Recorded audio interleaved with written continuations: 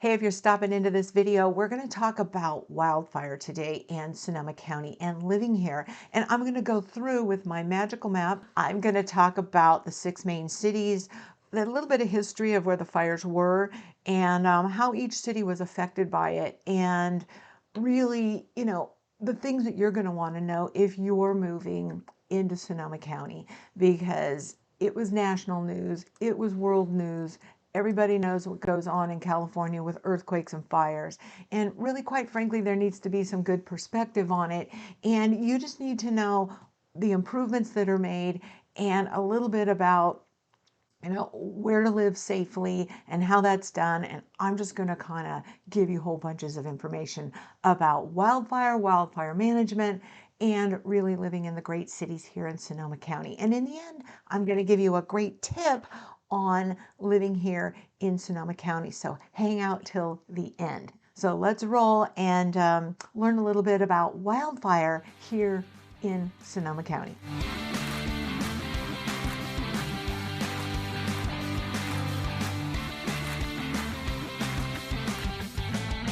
Hey, if this is your first time to this channel, make sure you hit that subscribe button and the little bell, because I put out a new video every single Friday, sometimes another bonus one during the week. This is Anita Anderson. I'm with Discover Sonoma County Living, and I get calls and texts and emails from people like you every single day wanting to move in here, asking me questions. And really, I don't care if you're not moving for 3 months or 10 months or even a year out. It's great to hook up with a realtor who's a local and get some perspective and some ideas on maybe what life would be like here and some of the other things I know you're curious about when you move into Sonoma County. So that's what we do. That's what my team does. And we're always excited to hear about your journey and what you want and how we can get you into the perfect city and the perfect neighborhood to make your life here in Sonoma County a great one. So we look forward to helping you with that. Now let's talk about wildfire here in Sonoma County. The history of fire now, when all this started happening big time back in 2017, ever since then, I mean, me personally, I can't stop reading and learning about history back hundreds of thousands of years on weather and science and, really how things work weather-wise and science-wise in California. I don't really care a lot about what's on the news and things like that. I really care about clear perspective on how to manage people, buildings, animals, and nature and fire. For millennia, there's been fires in California. The 10 western states are dry. Even up in Washington and Oregon, they get serious, bad, horrible wildfires. So we've got a dry state. People like living out here on the coast in California because it's the Mediterranean environment. Basically, we don't have a lot of extreme weather. It's temperate and awesome pretty much all year long. December, January, February, you'll wear your parka. It'll be cold. There'll be some 30-degree days and maybe a little bit lower. Anybody who lives around the vineyards and hears the big fans going on knows we get cold weather. But we're not New York, we're not Chicago, we're not New Mexico, so it doesn't get 110 for 5 months out of the year, okay? It's nice, temperate, comfortable weather mostly most of the time. And I think that's been the attraction to California right for forever. So it's a lovely, awesome place weather-wise, geography. I mean, you got the Pacific Ocean, you got your San Francisco. It's quite the lovely, beautiful place to live, but it's dry and we have forest fires. So I think one of the more interesting pieces of research that I came up with was reading about mega droughts. I mean, there have been droughts in California that have lasted 60, 70, 80 years. And they know that because of the rings on trees. Sometimes there's great growth times with tons of rain. And sometimes for decade after decade after decade, we really don't get a lot of rain. But what's happened is we make more people. So there's bigger populations. California became very popular. Cities grew, and definitely in the last 20, 30 years, the cities have expanded out and people are living in wooded areas. They're living in the hills, and then they're living up way, I wouldn't say in there, we really don't have a lot of mountains in Sonoma County, but there's the Mayakama Mountains. They're more like hills. They're not like the Sierra Nevadas. But, you know, people are living higher and deeper into forested areas, and there's more of us. So that's a problem when there's fire. And indeed, in 2017, that proved to be terrible. 3,000 homes were damaged. A lot of people died. I think over 100 people died. And everybody was pretty much insane and out of their minds with the thick, horrific smoke for well over 2 weeks. Lingered on and on and on. And then 2 years later, we had a huge lightning storm, which caused fires all over Northern California, but we got really hit in Sonoma County, especially out on the coastal areas where there's a lot of population now and homes. So anyway, out of all of this came the desire for even better improvements or more improvements on planning and evacuation and alert systems and first responding. Our first responders are amazing and incredible. They've done a super terrific job throughout the last, let's just make it 4 years for the sake of conversation. And it's just been really, I mean, there's not enough signs around on street corners thanking our first responders. They're just fantastic. But everybody knew that improvements need to happen, rethinking needed to happen, and definitely evacuation maps and alert systems needed to improve. So I'm really going to talk a lot about that and how we've really moved forward with that because it's pretty fantastic. I'm just going to talk about the region, okay? So, you know, this whole area can be really, really dry. Now, I know you see green on the map, right? But it's oak trees, okay? It's this is not Washington State where it really, really rains a lot. They even get big fires up there. We know forest fires happen in forests, and forests grow because of rain. Well, they get a lot of rain, but they get many, many months in a row with not a lot of rain.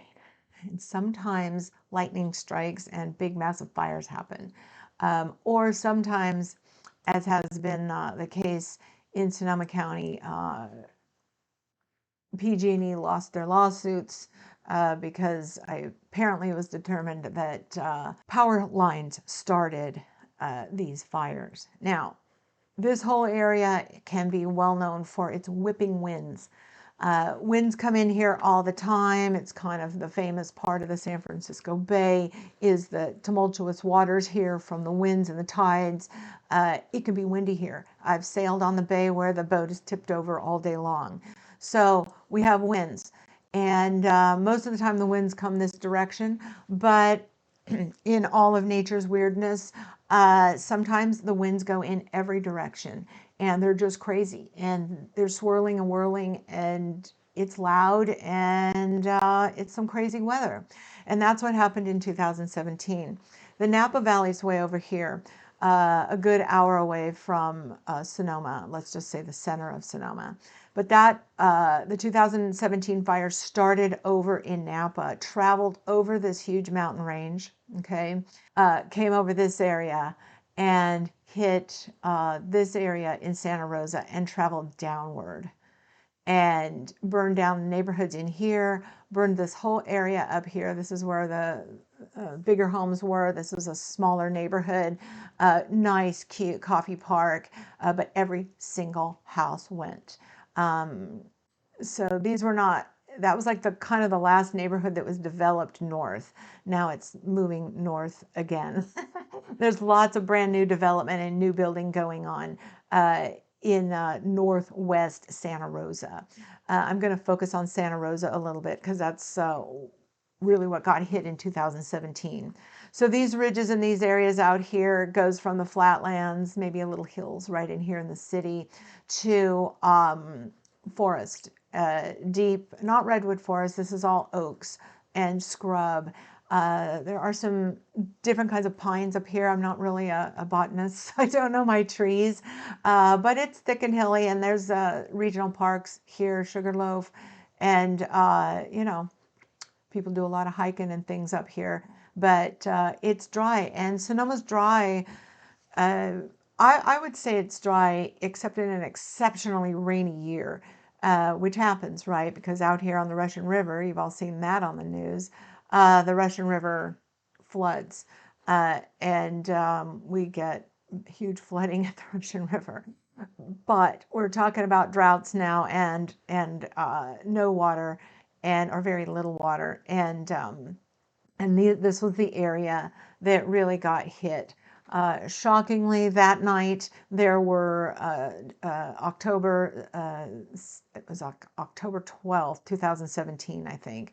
The winds were crazy. I went to sleep that night, and I usually hear everything. I slept all the way through it. I was in Sonoma, actually staying over in Sonoma at my parents' house, and I woke up to drive back to Santa Rosa that morning at 5:30, 6 o'clock. And I got out to the valley. I got like almost, I don't know, a little ways up the valley here. I'll put it on this side of the map. I know it's hard to see. I'm not doing my map management very well. um, so I was here in Sonoma, and I drove up here 10 or 15 minutes, and I could see the fire coming over the mountain here, big flames on top of the hills and the smoke, and everybody was bailing in their pickup trucks, and people were coming down to this freeway. It was just a horrible thing to see. And the smoke was so thick. Anyway, took me 10 minutes to get there. Took me an hour and a half to get back to my parents' place, where I watched the fires unfold on television until about 2 o'clock. When I finally decided I needed to make a break, they were safe here. But I needed to get out and go home and figure out what was going on. So, northern Santa Rosa was on the news. It was the first thing you saw on the Channel 7 news that night, right up here in this area. And so I drove home. The freeways were empty. It was creepy. It was just weird. I drove home and basically watched TV the whole rest of the afternoon, kept in touch with my real estate office.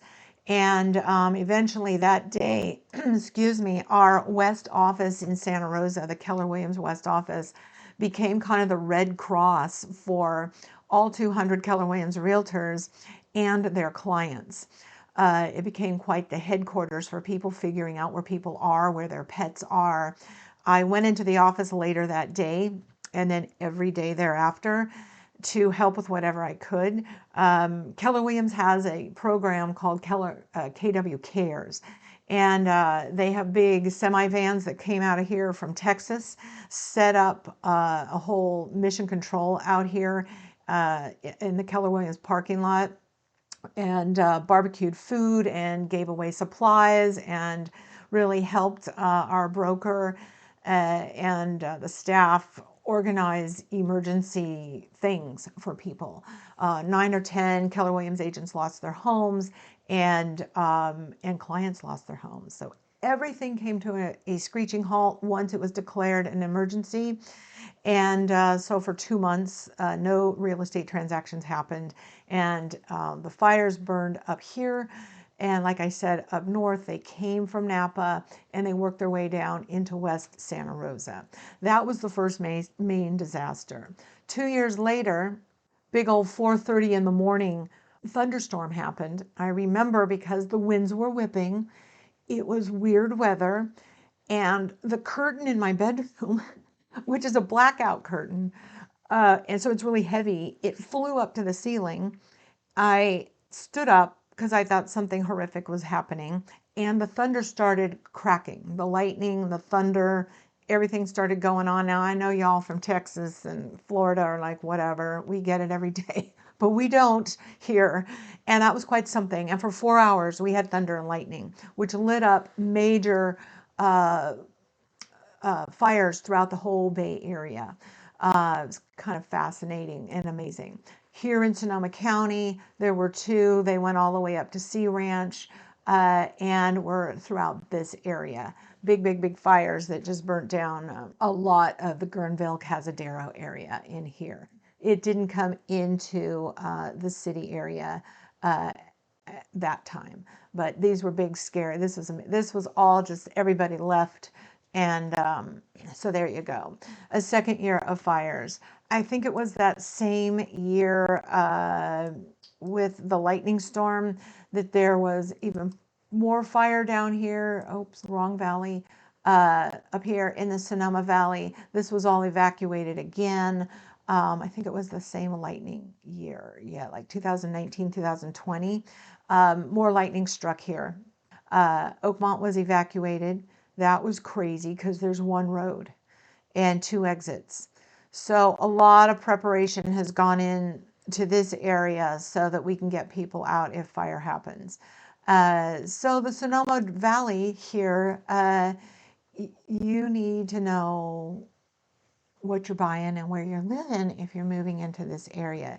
It's breathtaking. It's fantastic. It's amazing to live there, but it's dry California at its best, and you really want to know what's up and what's going on in this area.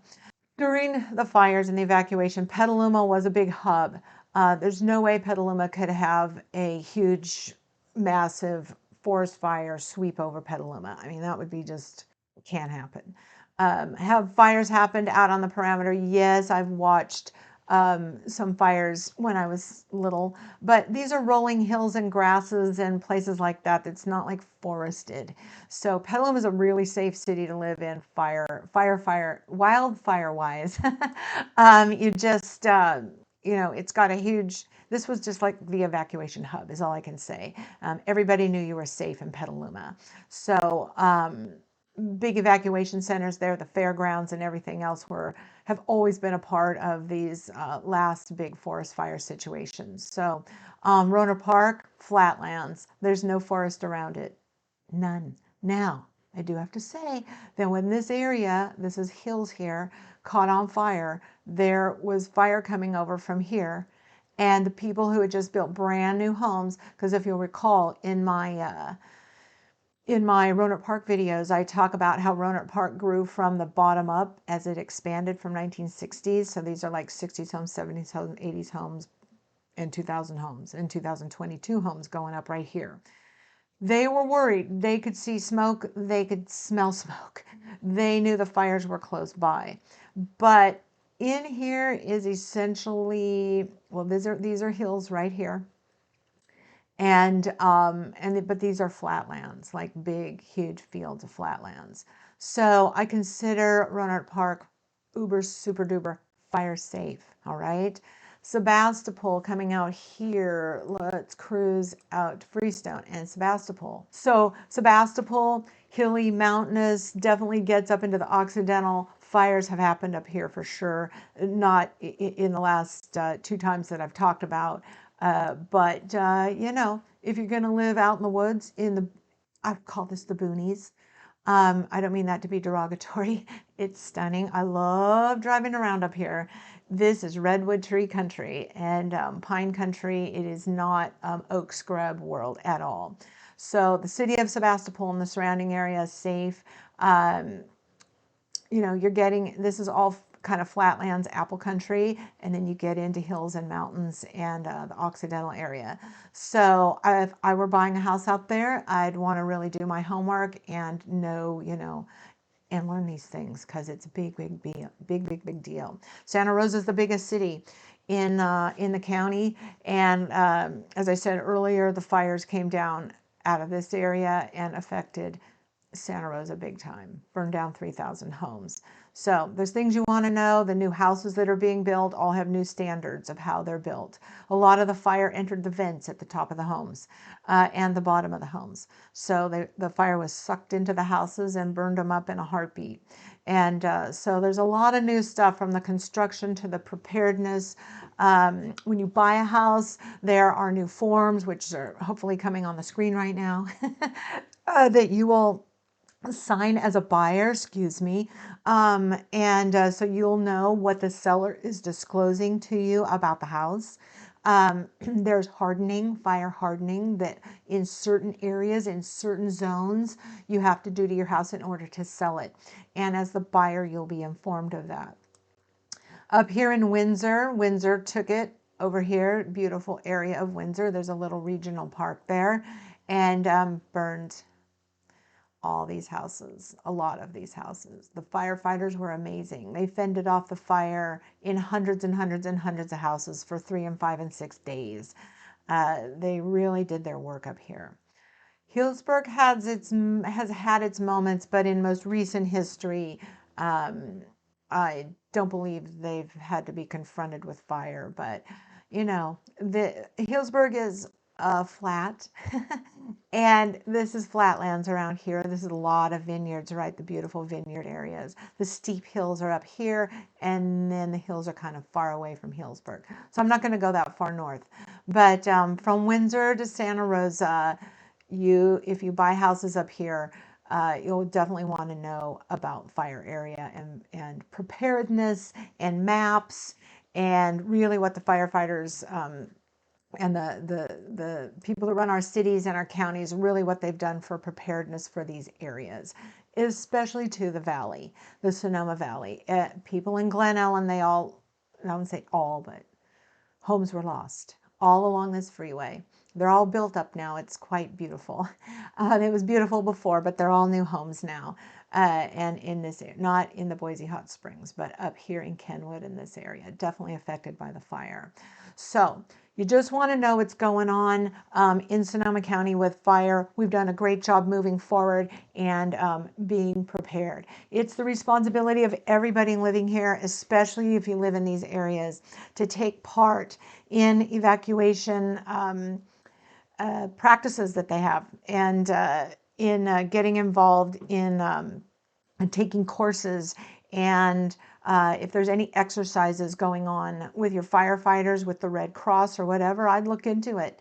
Once or twice a year, getting brushed up on the nearest evacuation routes or the nearest place for everybody to gather, all those things. Those are things Sonoma Countyans think about now. It's a big deal, and we'll just all be affected by it, and we plan and we're prepared. We have alerts on our phones. I keep my social media up and alive because that really was a big way for us to all communicate during the fires. So anyway, we're all aware of it and alert for these things. And as a realtor in this area, I really want my clients to take heed. If you move to California, you're going to get all of the beauty of California, but there's stuff like fires that you're going to want to have a heads up on. So here's my tip for you for watching this video for so long. I wanted to just talk about homeowners associations. They're cool and they're not cool. I have a love-hate relationship with them. What I don't like is having to live by rules. I mean, the rules aren't like, you're in jail kind of rules.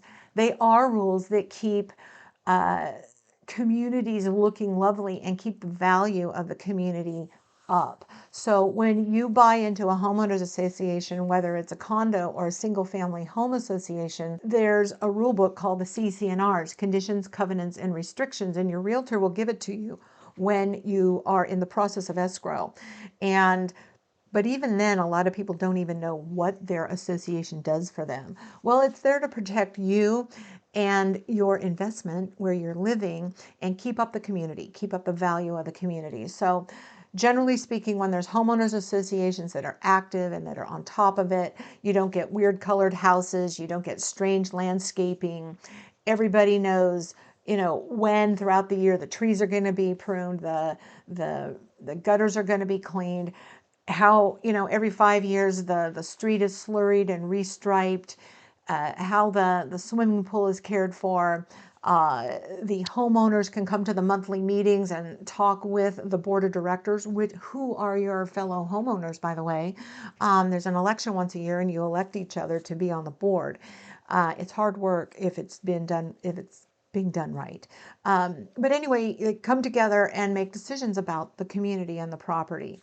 It's a great way to know your neighbors, but it's also a great way to make sure your house, when you eventually sell it, is kept up to its highest level of integrity, really, so that you can sell it for top dollars. So homeowners associations help continue the beauty of the community and the quality of the community while you're living there. And then hopefully that'll pay off when you go to sell it. So learn about HOAs, homeowners associations, if you don't already know about it. A lot of people don't think, well, maybe if you live in Texas or other places, but it's not as common in Northern California. But the whole northern area, the Fountain Grove area that burned down during the fires, is one homeowners association after another, and the communities are beautifully coiffed and cared for by the people that live there, and you can tell. So it has great advantages, the homeowners association.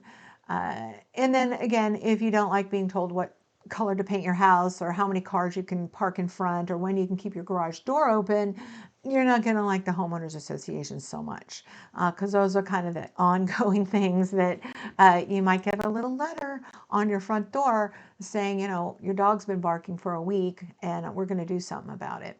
Or, you know, I'm sorry, but you can't put planters on your balcony because they might fall off and hit somebody.